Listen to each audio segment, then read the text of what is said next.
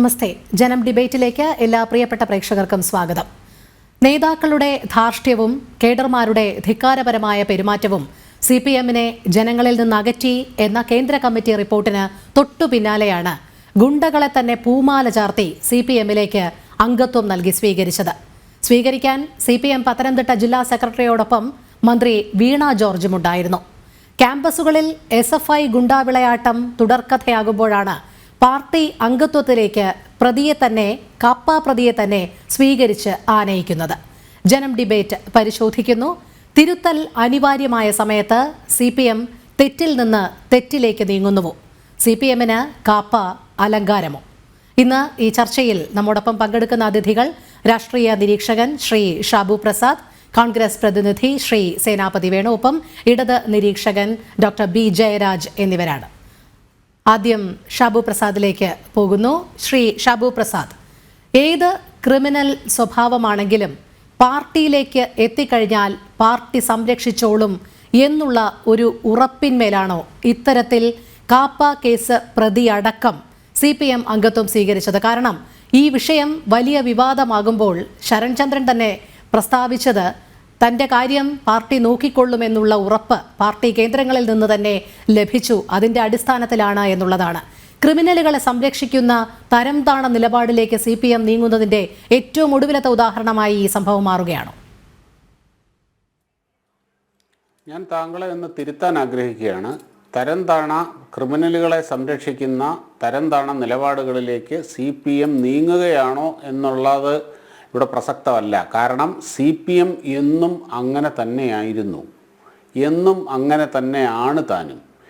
ഏത് കാര്യം അവർക്ക് അണികളെ കിട്ടുന്നതിൻ്റെ അകത്തും അവർക്ക് അക്രമം നടത്താനും ആളെ കിട്ടുന്നതിൻ്റെ കാരണവും അതുതന്നെയാണ്. എന്ത് തോന്നിവാസം കാണിച്ചാലും എന്ത് വൃത്തികേട് കാണിച്ചാലും പാർട്ടിയെ നിഷേധിക്കാതെ പാർട്ടിയോടൊപ്പം നിൽക്കുകയാണെങ്കിൽ അവരെ പാർട്ടി സംരക്ഷിക്കും. അതുമാത്രമല്ല, പാർട്ടി അവരെ കൊണ്ടു നടക്കുകയും ചെയ്യും. നമ്മുടെ അങ്ങനെ ഉദാഹരണങ്ങൾ എത്രയോ ഉണ്ട്. TP വധക്കേസിലെ പ്രതികളിൽ ഒരുത്തൻ പുറത്തിറങ്ങിയപ്പം ആ കല്യാണം നടത്തി കൊടുക്കാൻ മുമ്പിൽ നിന്നത് ഇപ്പോഴത്തെ സ്പീക്കർ ഷംസീറാണ്. നമ്മുടെ കൺമുമ്പിൽ കണ്ടാണ്. ഒടുവിൽ എന്താ ഷംസീർ എന്ന് പറഞ്ഞു? ജയിലെന്ന് പറയുന്നത്, ശിക്ഷ എന്ന് പറയുന്ന ഒരാളെ കറക്റ്റ് ചെയ്യാനുള്ള നടപടിയാണ്, അവരെ അങ്ങനെ കാണാൻ പാടില്ല എന്ന്. ഈ കണ്ണൂരൊക്കെ ഈ കൊലപാതക പാർട്ടിയുടെക്ക് വേണ്ടി കൊലപാതകം ചെയ്തിട്ടൊക്കെ ജയിലിൽ പോകുന്നവനൊക്കെ ഉണ്ടല്ലോ, തിരിച്ചു വരുന്ന ഇടയ്ക്ക് പരോളിലൊക്കെ വരുന്നത് ഓരോരുത്തർ ഗൾഫിൽ നിന്നൊക്കെ ലീവിന് വരുന്ന മുതലെയാണ്. കാര്യം പാർട്ടി പിന്നെ ആ കുടുംബത്തിനെ അങ്ങോട്ട് ഏറ്റെടുക്കുന്നു. അപ്പോൾ അവിടെ ഭാര്യയ്ക്കും ഒക്കെയോ മക്കൾക്കോ ആർക്കാന്ന് വെച്ച് കഴിഞ്ഞാൽ കോപ്പറേറ്റീവ് ബാങ്കുകളിലോ കോപ്പറേറ്റീവ് സ്ഥാപനങ്ങളിലോ ജോലി, അവരുടെ ജീവിതം സുരക്ഷിതമാക്കുന്നു, പെൺമക്കളുടെ കല്യാണം നടത്തുന്നു, ഇവർ സുഖമായിട്ട് ജയിലിൽ കിടക്കുന്നു. ഇടയ്ക്ക് പരോളിൽ ഈ പറഞ്ഞ പോലെ ലീവിന് വരുന്ന പോലെ പരോളിൽ വരുന്നു, എല്ലായിടമൊക്കെ പോകുന്നു, തിരിച്ച് ജയിലിലേക്ക് പോകുന്നു. ഇത് അവർ എത്രയോ കാലമായി കൊണ്ടു നടക്കുന്ന വളർത്തിയെടുക്കുന്ന ഒരു കൾച്ചറാണത്. ഇപ്പം തിരുവനന്തപുരത്ത് ഇവിടെ യൂണിവേഴ്സിറ്റി കോളേജ് അവരുടെ ഒരു പാർട്ടി ഗ്രാമം പോലെയാണ്. ആ അക്രമത്തിൽ കൂടെയാണ് അവർക്ക് അവിടെയുള്ള പ്രവർത്തകരെ ലഭിക്കുന്നത്. പാർട്ടി പരിപാടിയാണത്, കൃത്യമായിട്ടുള്ള പാർട്ടിയുടെ പരിപാടി തന്നെയാണ് അങ്ങനെയത്. ഇവിടെ തലശ്ശേരിയിലെ ആ കൊലപാതക കേസിൽ ഇവർ RSSൻ്റെ പേരിൽ ആദ്യം ഇട്ട ഫൈസൽ വധക്കേസിലെ പ്രതികൾ കാരായി രാജനെയും കാരായി ചന്ദ്രശേഖരനെയും അവർ ആ കണ്ണൂർ ജില്ലയിൽ കടന്നു പോകരുത് എന്നായിരുന്നു കോടതി ഉത്തരവിട്ടത്. പിന്നെ അവർക്ക് ആ റിലാക്സേഷൻ കിട്ടി. അവർ കണ്ണൂരിൽ വന്നു കഴിഞ്ഞ് എങ്ങനെയാണ് അവരെ ആദരിച്ചത് പാർട്ടി? അതേപോലെ തന്നെ ജയകൃഷ്ണൻ മാസ്റ്റർ വധക്കേസിലെ അവസാനം സുപ്രീം കോടതിയിൽ പോയി ശിക്ഷിക്കപ്പെട്ട ഒരേ ഒരു പ്രതി, ആ പ്രതി അയാളെ നേരത്തെ ജയിലിൽ നിന്ന് വിട്ടു. പൂർത്തിയാകുന്നതിന് മുമ്പ് സർക്കാർ ഇടപെട്ട് ജയിലിൽ നിന്ന് വിട്ടു. ആ ജയിലിൽ നിന്ന് വിട്ടിട്ട് അയാളെ ഇവർ വെട്ടിക്കൊന്ന ജയകൃഷ്ണൻ മാഷിനെ വെട്ടിക്കൊന്ന അതേ സ്കൂളിൻ്റെ PTA പ്രസിഡൻ്റാക്കി. അതേ സ്കൂളിൻ്റെ അന്ന് 6-7 വയസ്സുണ്ടായിരുന്ന കുട്ടികളൊക്കെ അതിൻ്റെ അകത്ത് പല അവരുടെയൊക്കെ ട്രോമയെന്ന് ആലോചിച്ച് നോക്കും. എത്രയോ കുട്ടികൾ മാനസിക രോഗികളായി മാറിക്കഴിഞ്ഞു. അതേ സ്കൂളിൻ്റെ PTA പ്രസിഡൻ്റാക്കി ഇവർ ആ കൊടും കുറ്റവാളിയെ. TP വധക്കേസിലെ കൊടും കുറ്റവാളിയായിരുന്ന, കോടതി ശിക്ഷിച്ച കൊടും കുറ്റവാളിയായിരുന്ന കുഞ്ഞനന്ദൻ മരിച്ചപ്പോൾ തിരുവനന്തപുരം മുതൽ, അതും ആ കോവിഡിൻ്റെ പീക്കിൽ തിരുവനന്തപുരം മുതൽ ഇവിടം വരെ, ഈ കണ്ണൂർ വരെ വലിയ സ്വീകരണത്തോടു കൂടിയും വലിയ ആഘോഷത്തോടു കൂടിയാണ് അയാളുടെ ഡെഡ് ബോഡി കൊണ്ടുവന്നത്. ഇങ്ങനെ നിങ്ങൾ ഓരോ ഇൻസിഡൻറ്റും നോക്കൂ, ഓരോ ഇൻസിഡൻറ്റും ഇവർ ക്രിമിനലുകളാണ്, ഇവരുടെ ഏറ്റവും വലിയ മുതൽക്കൂട്ട് ഇപ്പോൾ SFIക്കാർ കാണിക്കുന്നത്. ഇവരൊക്കെ എന്ന് പറഞ്ഞാൽ ഈ PM-R ഷോയൊക്കെ അവരൊക്കെ അവരുടെ വലിയ വലിയ വലിയ മുതൽക്കൂട്ടുകളാണ്. ഈ PM-R ഷോ ഇനി CPM ബാക്കിയുണ്ടെങ്കിൽ ഇനിയൊരു കാലത്ത് അധികാരത്തിൽ വരുന്നതിൽ ഇവിടുത്തെ വിദ്യാഭ്യാസ മന്ത്രിയായാൽ നമ്മൾ അത്ഭുതപ്പെടേണ്ടതില്ല. അവരത് ചെയ്യും. അങ്ങനെ തന്നെയാണ്. ഇതുപോലെ ഈ ജനങ്ങളുടെ മനസാക്ഷിയെയും ജനങ്ങളുടെ സാമാന്യബോധത്തെയും വെല്ലുവിളിച്ച് തന്നെയാണ്, അവരുടെ മുഖത്ത് കാർക്കിച്ച് തുപ്പിയും തന്നെയാണ് CPM എന്നും പോയിരിക്കുന്നത്. അതെ, തീർച്ചയായും. കാരണം CPM തെറ്റുതിരുത്തലിന്റെ പാതയിൽ എന്നാണ് ഇപ്പോൾ പറഞ്ഞുകൊണ്ടിരിക്കുന്നത്. ശ്രീ സേനാപതി വേണു, ഇപ്പോൾ ഏറ്റവും ഒടുവിലായി കാര്യവട്ടം ക്യാമ്പസിൽ ഇടിമുറി ഇല്ല എന്നുള്ള അന്വേഷണ റിപ്പോർട്ട് വന്നിരിക്കുകയാണ്. എന്തായാലും VCക്ക് അന്വേഷണ റിപ്പോർട്ട് സമർപ്പിച്ചിരിക്കുകയാണ്. KSU നേതാവിനെ അത്തരത്തിൽ കൊണ്ടുപോയി ഇടിച്ചിട്ടേ ഇല്ല, മർദ്ദിച്ചിട്ടേ ഇല്ല എന്നാണ് പുതിയ റിപ്പോർട്ടിൽ. SFI പ്രതികളെ, SFIക്കാരെ കൃത്യമായി സംരക്ഷിക്കുന്ന റിപ്പോർട്ട്. അതായത് ക്യാമ്പസുകളിലാണെങ്കിൽ SFI ഗുണ്ടാ വിളയാട്ടം, അവരെ സംരക്ഷിക്കുന്ന ഒരു വിഭാഗം അധ്യാപകർ. ഇനി അതല്ല, CPMലേക്ക് വരികയാണെങ്കിൽ പരസ്യമായി തന്നെ പ്രതികളെ, ഗുണ്ടകളെ ഇത്തരത്തിൽ മാലയിട്ട് സ്വീകരിച്ച് അഭിവാദ്യം അർപ്പിച്ച CPMലേക്ക് കൊണ്ടുവരികയാണ്. ഏതെങ്കിലും രീതിയിലുള്ള വിമർശനം ഉണ്ടാകുകയാണെങ്കിൽ, അല്ലെങ്കിൽ മാധ്യമപ്രവർത്തകരുടെ ചോദ്യം ഉണ്ടാകുകയാണെങ്കിൽ, ഇന്ന് പത്തനംതിട്ട CPM ജില്ലാ സെക്രട്ടറി പറഞ്ഞത്, കാപ്പ നിങ്ങൾ വിചാരിക്കുന്നത് പോലെയുള്ള ഒരു വകുപ്പൊന്നുമല്ല, അതിന് അത്ര വലിയ കുറ്റമൊന്നുമില്ല എന്നുള്ള രീതിയിലാണ്. എന്തായാലും ക്രിമിനലുകളെയൊക്കെ ഇങ്ങോട്ടേക്ക് വന്നോളൂ, ഞങ്ങൾ സംരക്ഷിച്ചോളാം എന്നുള്ള പ്രത്യക്ഷമായ ഒരു സന്ദേശം തന്നെയല്ലേ നൽകുന്നത് ഇതിലൊക്കെ കൂടെ? രോഹിണി, ലക്ഷണമൊത്ത ഒരു ഫാസിസ്റ്റ് കേരളത്തിൽ ഭരണം നടത്തുമ്പോൾ ഇങ്ങനെയൊക്കെ കേരളത്തിൽ സംഭവിക്കൂ എന്ന് നമുക്ക് സമാധാനിക്കാൻ മാത്രമേ മാർഗമുള്ളൂ. അങ്ങ് ചോദിച്ച ചോദ്യം കാര്യവട്ടത്തെ ക്യാമ്പസിലെ അക്രമത്തെക്കുറിച്ചാണ്. അവിടെ അന്വേഷണം നടത്തിയ അധ്യാപകർ കൊടുത്തിരിക്കുന്ന റിപ്പോർട്ട് അവിടെ ഇടിമുറി ഇല്ല എന്നുള്ളതാണ്.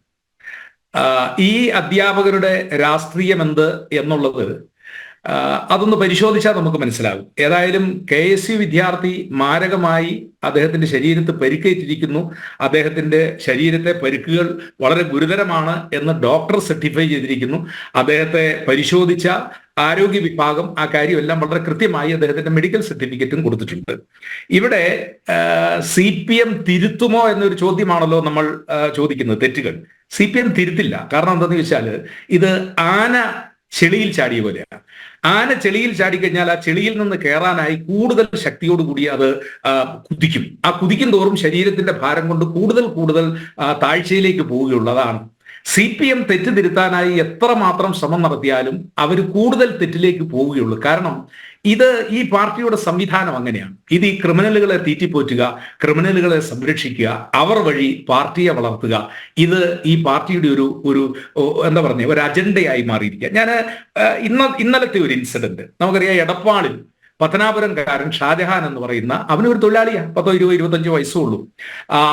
എന്താ പറഞ്ഞ ഇലക്ട്രിക് വർക്കുകൾ ചെയ്യുന്ന ഒരു തൊഴിലാളി. അപ്പോ എടപ്പാളിലെ കരാറുകാരന്റെ സാധനങ്ങൾ രാത്രിയിൽ വരുന്നു. പിറ്റേ ദിവസം ജോലി ആരംഭിക്കേണ്ടതാണ്.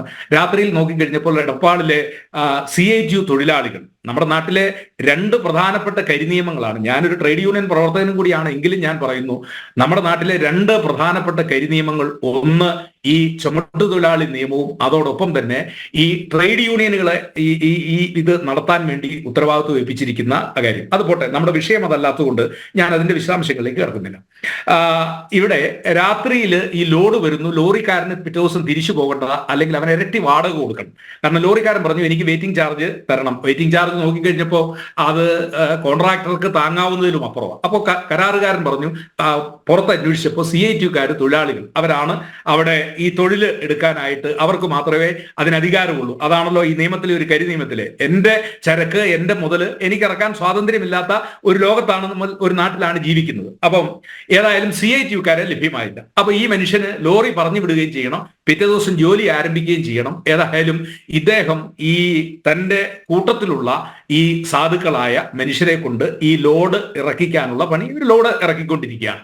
അതും കോമ്പൗണ്ടിനകത്താണ്. ഹൈക്കോടതിയുടെ പല വിധികളുമുണ്ട്. നമ്മുടെ ഒരു കോമ്പൗണ്ടിനകത്ത് നടക്കുന്ന ഒരു നിർമ്മാണ പ്രവർത്തനത്തിൽ പുറത്തു നിന്നുള്ള തൊഴിലാളികൾക്ക് ഇടപെടാൻ പാടില്ല എന്നുള്ളത്. പക്ഷെ ഇവർക്ക് നിയമവും ഇതൊന്നും പുല്ലായതുകൊണ്ട് ഏതായാലും ഒരു 10-30ഓളം വരുന്ന CITU ഇരച്ച് കയറി ഈ പാവപ്പെട്ട തൊഴിലാളികളെ മുഴുവൻ അടിച്ചോടിച്ച് ഈ സാധു ഷാജഹാൻ ഈ അടി ഭയന്ന്, കാരണം കമ്പിവടിക്ക് അടിക്കുക, അടി ഭയന്ന് കെട്ടിടത്തിന്റെ മുകളിൽ കയറി പിന്നെ പോകാൻ മാർഗമില്ലാത്തതുകൊണ്ട് താഴേക്ക് ചാടി. ഞാൻ ഏതായാലും ഇന്നത്തെ FIRൽ ഇട്ടിരിക്കുന്ന കുറ്റകൃത്യങ്ങളും കണ്ടു കഴിഞ്ഞപ്പോൾ ഏതായാലും ഷാജഹാന്റെ പേരിൽ 2ാം നിലയിൽ നിന്ന് ചാടി ആത്മഹത്യ ചെയ്യാൻ ശ്രമിച്ചതിന് ആത്മഹത്യാശ്രമം ഇപ്പൊ സുപ്രീം കോടതി നൾ ആൻഡ് വോയിഡ് ആക്കിയത് കൊണ്ട്, ആ വകുപ്പ് എടുത്തു കളഞ്ഞതുകൊണ്ട് ഏതായാലും ആത്മഹത്യാശ്രമത്തിനുള്ള കേസെടുത്തില്ല. ഇല്ലെങ്കിൽ ഇന്ത്യൻ മാത്രമല്ല ശ്രീ സേനാപതി വേണു, പാവത്തിന്റെ 2 കാലുകളും ഒടിഞ്ഞ് ചികിത്സയിലാണ്. ഇനി എത്ര നാൾ ഒരുപക്ഷെ ഈ ജീവിതോപാധി പോലും നടത്താൻ കഴിയാതെ വരും. ഞാനൊന്ന് തുടർന്നോട്ടെ രോഹിണി. ഞാൻ പറഞ്ഞത് ആ മനുഷ്യന്റെ 2 കാലും ഒടിഞ്ഞ് ആശുപത്രിയിൽ കിടക്കുമ്പോൾ വെറും പോലീസ് സ്റ്റേഷനിൽ നിന്ന് ജാമ്യം കിട്ടാവുന്ന വകുപ്പുകൾ പ്രകാരം കേസെടുത്തിരിക്കുന്നു. ഇവിടെ മുഖ്യമന്ത്രി യാത്ര ചെയ്തിരിക്കുന്ന ഒരു വിമാനത്തിൽ പ്രതിഷേധം എന്ന മുദ്രാവാക്യം വിളിച്ച 2 യൂത്ത് കോൺഗ്രസ് പ്രവർത്തകർ 45 ദിവസം കഴിഞ്ഞതിന് ശേഷമാണ് അവര് റിമാൻഡിൽ നിന്നിറങ്ങിയത്, കേരളത്തിലെ പോലീസ് സംവിധാനം. അടുത്തത് നമ്മൾ കണ്ടത് കൊയിലാണ്ടി ഗുരുദേവ കോളേജിലാണ്. ഗുരുദേവൻ, ഞാൻ മനസ്സിലാക്കുന്നത് ശ്രീനാരായണ ഗുരുദേവന്റെ പേരിലുള്ള കോളേജ് ആയിരിക്കും എന്നാണ് ഞാൻ മനസ്സിലാക്കുന്നത്. അവനവൻ ആത്മസുഖത്തിനായി ആചരിക്കുന്നത് അവരന്റെ സുഖത്തിനായി വരണം, അതാണല്ലോ ഗുരുദേവ ധർമ്മം എന്ന് പറയുന്നത്. അവിടുത്തെ പ്രിൻസിപ്പാൾ ശ്രീ രാജീവ് കുമാർ, ഡോക്ടറേറ്റ് ഉള്ള ആളാണ്. അദ്ദേഹം ചെയ്തത് എന്താ? കോളേജിന്റെ അഡ്മിഷന്റെ ദിവസം SFIക്കാരൻ ഒരു ബെഞ്ചിട്ട് അവിടെ ഇരിക്കുന്നു, ഹെൽപ്പ് ഡെസ്ക്. അതെന്തിനു വേണ്ടിയാ? SFIയിൽ വിദ്യാർത്ഥികളെ ചേർക്കാൻ. ഇവരുടെയൊക്കെ പേരും അഡ്രസ്സും എഴുതിക്കൊണ്ട് പോയി നാളെ അവരെ SFIയിൽ ചേർക്കാൻ. അപ്പൊ പ്രിൻസിപ്പാൾ പറഞ്ഞു, ഇത് വ്യവസ്ഥാപിതമായ മാർഗത്തിൽ യൂണിവേഴ്സിറ്റിയാണ് ഇവർക്ക് അഡ്മിഷനുള്ള കാര്യങ്ങൾ സ്വീകരിച്ചിരിക്കുന്നത്, അതുകൊണ്ട് ഇവിടെ പ്രത്യേകിച്ച് ഹെൽപ്പ് ഡെസ്കിന്റെ ആവശ്യമില്ല, അവരെ നോക്കാനായി ഇവിടെ അധ്യാപകരുണ്ട്. അപ്പോൾ പുറത്തു നിന്ന് SFIക്കാരൻ വരുന്നു. ആ SFIക്കാരൻ അധ്യാപകനെ സഹായിച്ച അധ്യാപകനെയും എത്ര ക്രൂരമായ രീതിയിലാണ്, നമ്മൾ കേരളത്തിലാണ് ജീവിക്കുന്നത്, എത്ര ക്രൂരമായ രീതിയിൽ അധ്യാപകനെ മർദ്ദിച്ചിട്ട് നിങ്ങൾ അറിയണം. ആ അധ്യാപകൻ ഒരു വിദ്യാർത്ഥിയുടെ കർണപുടം തല്ലിപ്പൊട്ടിച്ചു എന്ന പേരിൽ പഴയ ഇന്ത്യൻ ശിക്ഷാ നിയമം 325 26 ആയുധം ഉപയോഗിച്ചില്ല, ആ പ്രകാരം കേസെടുത്തിരിക്കുന്നു.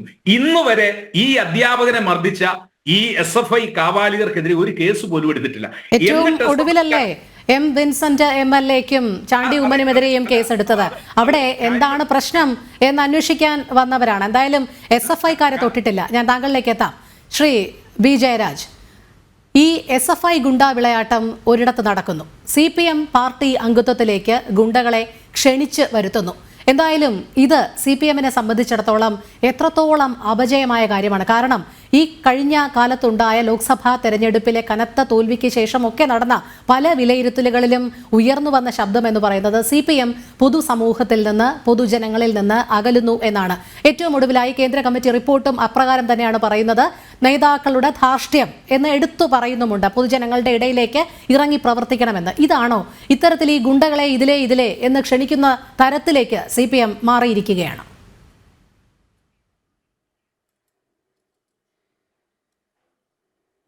ഇതിനകത്ത് ആദ്യം തൊട്ട് നമ്മൾ പറയേണ്ട കുറേ കാര്യങ്ങളുണ്ട്. ഒന്നാമത്തെ കാര്യം എന്ന് പറയുന്നത് പുതിയൊരു തരം നറേറ്റീവ് ഇപ്പോൾ സൃഷ്ടിച്ചുകൊണ്ടിരിക്കുകയാണ്. കാരണം എന്ന് വെച്ച് കഴിഞ്ഞാൽ CPMന്റെ ബഹുജന സംഘടനകളായാലും തൊഴിലാളി സംഘടനകളായാലും വിദ്യാർത്ഥി സംഘടനകളായാലും CPM അനുകൂല സംഘടനകളെ കോർണർ ചെയ്തിട്ട് ഒരു അറ്റാക്ക് ഓരോ ദിവസവും നിയമസഭയിൽ ഓരോ അറ്റാക്ക് ഇങ്ങനെ വരുന്നുണ്ട്. അതൊരു സൈഡിൽ കൂടെ അതിനകത്തൂടെ പറഞ്ഞു വെക്കുന്നതെന്ന് വെച്ച് കഴിഞ്ഞാൽ ഇത് തിരുത്തിയാലും നന്നാവത്തില്ല, കാര്യം തിരുത്തപ്പെടാത്തക്ക രീതിയിൽ ചീത്തയായിപ്പോയി എന്നുള്ള ഒരു നറേഷനാണ് പുതിയതായിട്ടിപ്പം സൃഷ്ടിച്ചുകൊണ്ടിരിക്കുന്നത്. സോഷ്യൽ മീഡിയയിലും ന്യൂസ് ചാനലുകളൊക്കെ ശ്രദ്ധിച്ചു കഴിഞ്ഞാൽ എല്ലാ ന്യൂസ് ചാനലുകളും ഒരു കാര്യം ഞാൻ ഇടപെട്ട് ചോദിച്ചോളട്ടെ.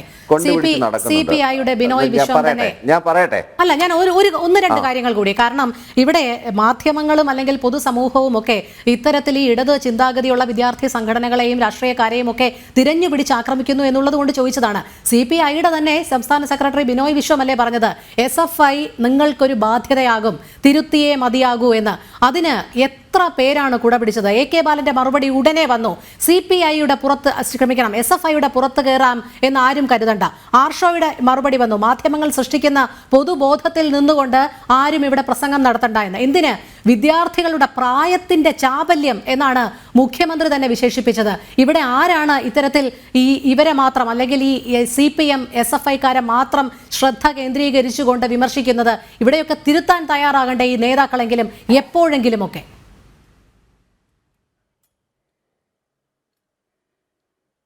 ഞാൻ പറയട്ടെ, ഇടയ്ക്ക് കയറി പറഞ്ഞില്ലെങ്കിൽ ഞാൻ കുറച്ച് കാര്യങ്ങൾ പറയാം. ഒന്നാമത്തെ ബിനോയ് വിശ്വം പറഞ്ഞ കാര്യം. ബിനോയ് വിശ്വം പറഞ്ഞത് വ്യക്തിപരമായ അഭിപ്രായമാണ്. പിറ്റേന്ന് ബിനോയ് വിശ്വം തന്നെ തിരുത്തി പറയുണ്ടായി. അതുകൊണ്ട് ആ വിഷയത്തിലേക്ക് ഞാൻ കൂടുതൽ സംസാരിക്കുന്നില്ല. പിന്നീട് കാര്യവട്ടം കോളേജിൽ പഠിച്ച ഒരാളാണ് ഞാനും, അവിടെ ജോലി ചെയ്യുന്ന അനിൽ നമ്പ്യാരൊക്കെ. അദ്ദേഹത്തിനൊക്കെ അറിയാം കാര്യവട്ടത്ത് 2 ടൈപ്പ് ഹോസ്റ്റലുണ്ട്. ഒന്ന് റിസർച്ച് ഹോസ്റ്റലുണ്ട്, മെൻസ് ഹോസ്റ്റലുണ്ട്, ലേഡീസ് ഹോസ്റ്റലുണ്ട്. അപ്പോൾ ഈ ഹോസ്റ്റലിനകത്ത് ചെറിയ തോതിലൊക്കെ റാഗിങ്ങും പ്രശ്നങ്ങളൊക്കെ ഉണ്ടായിരുന്നത് ഈ മെൻസ് ഹോസ്റ്റലിലാണ്.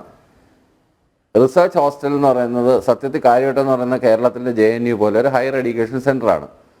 അവിടെ ഞാൻ ജോയിൻ ചെയ്യുന്ന സമയത്തും ഇതുവരെയും വിദ്യാർത്ഥി ഐക്യമാണ്. അവിടെ പ്രത്യേകിച്ച് ഒരു രാഷ്ട്രീയ പാർട്ടിയുടെ ആളുകൾ അവിടെ ജയിക്കാറില്ല. ഒരു രാഷ്ട്രീയ പാർട്ടിക്ക് അവിടെ കുത്തകയില്ല. വിദ്യാർത്ഥി ഐക്യമായിട്ടാണ്. പലരുടെ ബാനറുകളൊക്കെ ഇതൊക്കെ വയ്ക്കുമെങ്കിലും വിദ്യാർത്ഥി ഐക്യമായിട്ടാണ് മത്സരിക്കുന്നത്. കക്ഷി തിരിഞ്ഞുള്ള രാഷ്ട്രീയ തിരിഞ്ഞുള്ള ഒരു പോരാട്ടം അവിടെ നടക്കാറില്ല. ഈ വർഷമാണ് FIUGP പ്രകാരം ഡിഗ്രി കുട്ടികളെ അവിടെ ഉൾപ്പെടുത്തിയത്. അപ്പോൾ ഡിഗ്രി കുട്ടികളുടെ ഭാഗമായിട്ട് ചിലപ്പോൾ കക്ഷി രാഷ്ട്രീയത്തിലേക്ക് ശ്രമിക്കാൻ വേണ്ടിയിട്ട് സാൻ ജോസും അദ്ദേഹത്തിൻ്റെ സുഹൃത്തും കൂടെ അവിടെ വന്നിട്ട് ഒരു കട്ടൗട്ട് സ്ഥാപിക്കുകയുണ്ടായി. ആ കട്ടൗട്ട് സ്ഥാപിക്കുന്നതായിട്ട് ബന്ധപ്പെട്ടിട്ടാണ് ഈ വിഷയം ഉണ്ടാവുന്നത്. അപ്പോൾ ഈ സാൻ ജോസിന് റിസർച്ച് ഹോസ്റ്റലിൽ ഒരു ഇടിമുറിയിൽ കൊണ്ടുപോയി ഇടിച്ചു എന്നാണ് പറയുന്നത്. അത് എവിടെയാണ്? റിസർച്ച് ഹോസ്റ്റലിലെ ഇടിമുറി. അവിടെ ഇടിമുറിയും ഇല്ല, അങ്ങനെ പേരിലും ഇല്ല, ഇല്ലാതെ ഇല്ല, അല്ലാതെ ഒരു മുറിയിലും സാൻ ജോസിനെ എങ്ങും കൊണ്ടുവന്നും പോയിട്ടില്ല.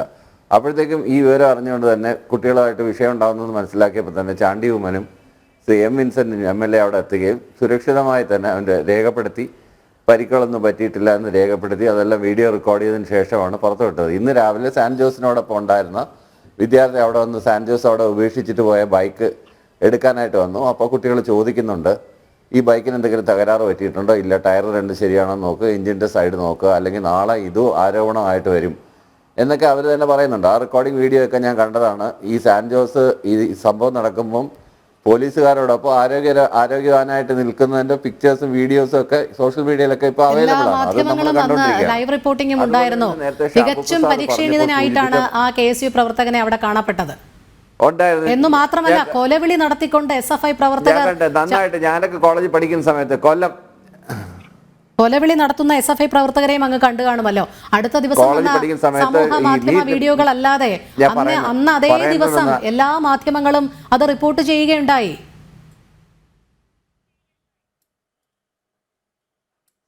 AKG സെന്ററിൽ ബോംബെറിഞ്ഞു. അന്ന് മാധ്യമങ്ങൾ എന്താണ് റിപ്പോർട്ട് ചെയ്തത്? IP ബിനു എന്ന് പറഞ്ഞ CPMന്റെ ഒരു മുൻ കൗൺസിലറാണ് ബോംബെറിഞ്ഞത് എന്നാണ് പറഞ്ഞത്. വാസ്തവം 2 വർഷം കഴിഞ്ഞ് അന്വേഷണം നടന്നപ്പോൾ ആരാണ് പിടിയിലായത്? കോൺഗ്രസിന്റെ സജീവ പ്രവർത്തകൻ. അത് സംഭവം നടന്നതിന് ശേഷം പുറത്തേക്ക് കടന്നതിന്റെ മുഖ്യ സൂത്രധാരൻ ഇപ്പൊ പിടിയിലായി. എന്നാൽ ഈ വിഷയത്തിൽ IP ബിനുവിനെ അപമാനിച്ച മാധ്യമങ്ങൾ ഒരു തിരുത്തു കൊടുക്കാൻ തയ്യാറായിട്ടുണ്ടോ? ഏതെങ്കിലും ഒരു മാധ്യമം? ഇതുപോലെയാണ് ഓരോ വിഷയങ്ങളുടെ മെറിറ്റിലേക്ക് നമ്മൾ അന്വേഷിച്ച് ചെല്ലുമ്പോഴാണ് അത്തരം കാര്യങ്ങൾ മനസ്സിലാവുന്നത്. 2 കാര്യങ്ങൾ. യൂണിവേഴ്സിറ്റി കോളേജ് എന്ന് പറഞ്ഞാൽ എന്താണ്? യൂണിവേഴ്സിറ്റി കോളേജ് നാഷണൽ അക്രഡിറ്റേഷൻ കിട്ടിയതിൽ A+, AA+ കിട്ടിയ ഒരു സ്ഥാപനമാണ്. കേരളത്തിലെ പ്രധാനപ്പെട്ട ഉന്നത വിദ്യാഭ്യാസ സ്ഥാപനങ്ങളിൽ ഒന്നാണ്. മുമ്പ് അവിടെ അക്രമങ്ങൾ നടന്നിട്ടുണ്ട്. ഈ അടുത്ത കാലം വരെ എന്ന് വേണമെങ്കിൽ പറയാം, ഒരു 5 വർഷത്തിനുള്ളിൽ വരെ അക്രമങ്ങൾ നടന്നിട്ടുണ്ട്. ഇപ്പോൾ നിങ്ങൾ യൂണിവേഴ്സിറ്റി കോളേജിലേക്ക് ചെന്ന് നോക്കൂ. അവിടെ ഈ പറയുന്നത് പോലെ പ്രത്യേകിച്ച് ആർക്കും ഇങ്ങനെ റൂമുകളില്ല, യാതൊരു രീതിയിലുള്ള ഈ പറഞ്ഞ കണക്കുള്ള സംവിധാനങ്ങളും അവിടെ ഇല്ല. എല്ലാവരും സ്വതന്ത്രരായിട്ട് സന്തോഷത്തോടുകൂടി പഠിക്കുന്ന ഒരു ക്യാമ്പസാണ്.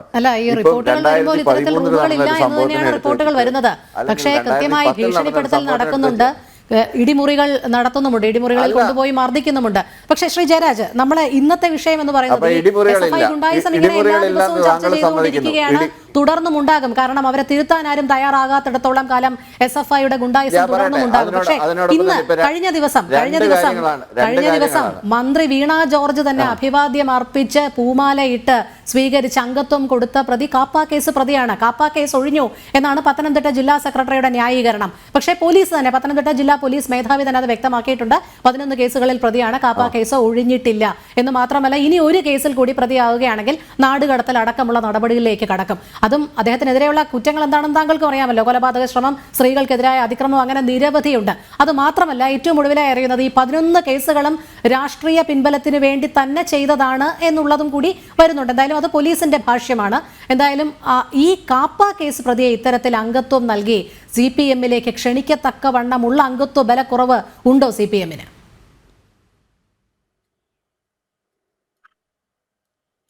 ഇതിനകത്ത് കാപ്പ കേസ് ചാർത്തപ്പെട്ടിരുന്ന ഒരു പ്രതിയാണ് ഈ പറഞ്ഞ ആള്. അദ്ദേഹത്തിന്റെ കേസുകളെല്ലാം ഒഴിവായതിനു ശേഷമാണ് അതിന് പാർട്ടി മെമ്പർഷിപ്പിലോട്ട് പാർട്ടി മെമ്പർഷിപ്പ് എടുത്തോ എന്ന് എനിക്കറിയില്ല.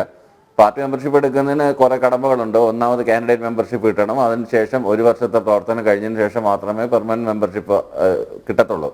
അതൊരു ലോങ് പ്രൊസീജിയറാണ്. അല്ലാതെ പാർട്ടി അംഗത്വം കൊണ്ടുവന്നു അല്ലെങ്കിൽ കൊടി കൊടുത്ത് ചിലപ്പോൾ കൊടി പിടിച്ചിട്ടുണ്ടാവും, അല്ലെങ്കിൽ കൊടി കൈമാറിയിട്ടുണ്ടാവും എന്നുള്ളത് ഇല്ല. ശ്രീ ജയരാജ്, താങ്കളിലേക്ക് എത്താം. പാർട്ടി അംഗത്വം തന്നെയാണ് കൊടുത്തത്.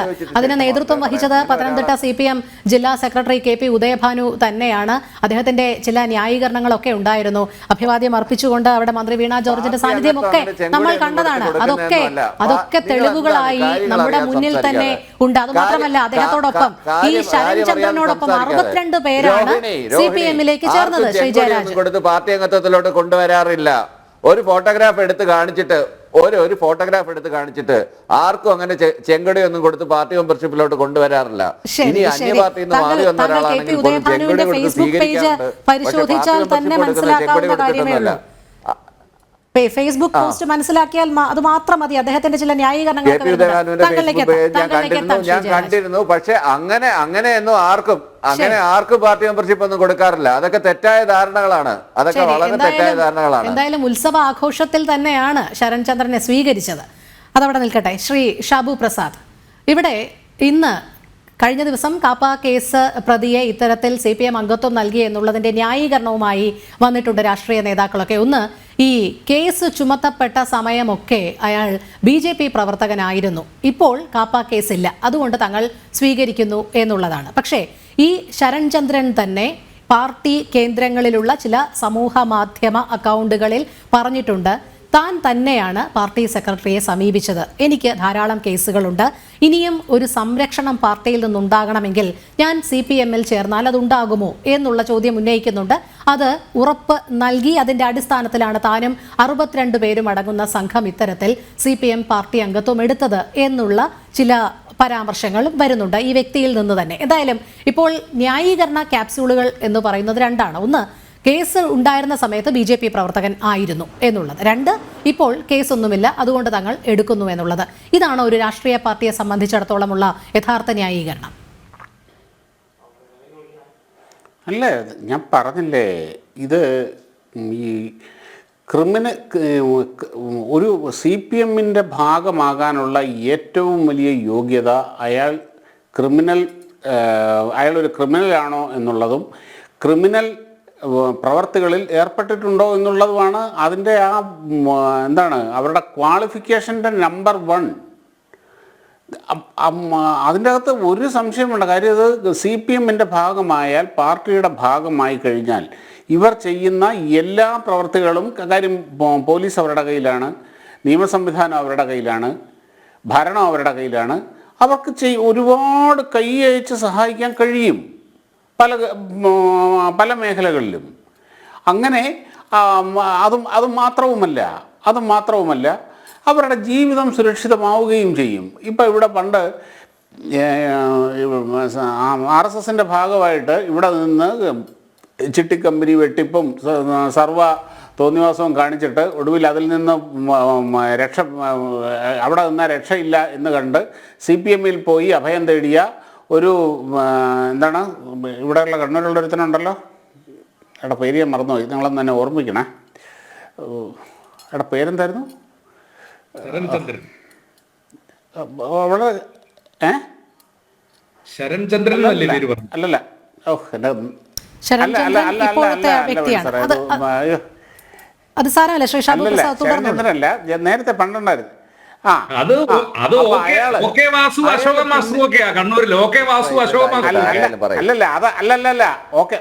ഒന്നും അല്ലല്ല, അതൊക്കെ ഇതാകുന്നു. ഇതൊരു ചീള് കേസാണ്. അവന്റെ പേര് ഞാൻ മറന്നുപോയി. അവൻ ഭയങ്കര, പിന്നെ CPM അവനെ അങ്ങ് വലിയ സെലിബ്രിറ്റി ആക്കി, അവനെ പിടിച്ച് കല്യാണം കഴിപ്പിച്ചു. പിന്നെ അവനൊരു പുസ്തകം എഴുതി, ആ പുസ്തകം 1,00,000 കോപ്പിയാണ്, 1,00,000 കോപ്പിയാണ് അത് ചിലവായത്. അങ്ങനെ അവൻ്റെ ലൈഫ് തന്നെ മാറിപ്പോയി. ഇതാണ് CPM എന്ന് പറയുന്ന പ്രസ്ഥാനം. ഇതാണ് കാര്യം. അവിടേക്ക് വരുന്ന ക്രിമിനലുകളെ അവർ വലിയ സെലിബ്രിറ്റികളാക്കി മാറ്റുകയാണ്. ഞാൻ പറഞ്ഞില്ലേ, ഇതിനു മുമ്പ് കഴിഞ്ഞ റൗണ്ടിൽ പറഞ്ഞില്ലേ, TP ചന്ദ്രശേഖരൻ വധക്കേസിലെ പ്രതിയായ ഷാഫിയെ അയാളെ പരോളിലിറക്കി കല്യാണം കഴിപ്പിച്ച് അവന് അതിഭയങ്കര വലിയ സെലിബ്രിറ്റികൾക്കൊക്കെ കൊടുക്കുന്ന പോലുള്ള സ്വീകരണം കൊടുത്ത് അതിൻ്റെ അകത്ത് പാർട്ടിയുടെ സീനിയർ നേതാക്കൾ പങ്കെടുത്ത് ഈ സ്പീക്കർ AM ഷംസീർ മുന്നിൽ നിന്നാണ് ആ കല്യാണം നടത്തി കൊടുത്തത്. ഇത് കാണുമ്പോൾ, ഇങ്ങനെയുള്ള കാര്യങ്ങൾ കാണുമ്പോൾ, ഇത് ഈ പറഞ്ഞ പോലെ കേസിൽപ്പെട്ടവർക്കും ക്രിമിനലുകൾക്കും അങ്ങനെ കിടന്ന് കഷ്ടപ്പെടുന്നവർക്കും ഈ പാർട്ടി കൊള്ളാമല്ലോ, ഇതിൻ്റെ അകത്ത് ചേർന്ന നമ്മുടെ ജീവിതം രക്ഷപ്പെടുമല്ലോ എന്ന തോന്നലുണ്ടാവില്ലേ? ക്രിമിനലുകളെ വരൂ, പാർട്ടി ഇവിടെ ഉണ്ട് എന്ന വളരെ വ്യക്തമായ സന്ദേശമാണ് നൽകുന്നത്. ഇത് ഇന്നും ഇന്നലെയും അല്ലല്ലോ, ഇന്നും ഇന്നലെയും തുടങ്ങിയ സംഭവം അല്ലല്ലോ. ഇത് എത്രയോ കാലങ്ങളായി CPM തുടരുന്ന പാർട്ടി പരിപാടിയാണിത്. പബ്ലിക്കായിട്ടിരിക്കുക കണ്ടാണല്ലോ PK ശശി ഇതേപോലെ തന്നെ പാർട്ടിയിലേക്ക് വന്ന, എവിടുന്നോ കോൺഗ്രസിൽ നിന്നോ BJP നിന്നോ അങ്ങാണ്ട് പാർട്ടിയിലേക്ക് എന്നവരോട് പറയുന്ന അതിൻ്റെ ഒരു മൊബൈൽ ക്ലിപ്പ് കണ്ടതാണ്. നിങ്ങൾ പാർട്ടിയോടൊപ്പം നിൽക്കുന്ന കാലത്തോളം നിങ്ങൾ എന്ത് കാര്യം കാണിച്ചാലും നിങ്ങളുടെ എല്ലാ പ്രശ്നങ്ങളിൽ നിന്നും പാർട്ടി നിങ്ങളെ സംരക്ഷിക്കും, അല്ലെങ്കിൽ നിങ്ങളെ ജീവിക്കാൻ സമ്മതിക്കില്ല. ഷൊർണൂർ MLA PK ശശി ഇങ്ങനെ പുതുതായിട്ട് പാർട്ടിയിലേക്ക് വന്നവർക്ക് എന്താണ് ഈ പാർട്ടി എന്നും ഈ പാർട്ടിയുടെ രീതി എന്താണെന്നും പറഞ്ഞു കൊടുക്കുന്നത് വീഡിയോ ആയിട്ട് ഈ ലോകം മുഴുവനും കണ്ടതാണത്. അതുകൊണ്ട് ഇപ്പോൾ ഇവിടെ വന്ന ഈ ക്രിമിനലുകളെ മന്ത്രി മാലയിട്ട് സ്വീകരിക്കുന്നതും പാർട്ടിയിലേക്ക് സ്വാഗതം ചെയ്യുന്നതും ഇതൊരു പുതിയ കാര്യമേ അല്ല. എത്രയോ കാര്യമായി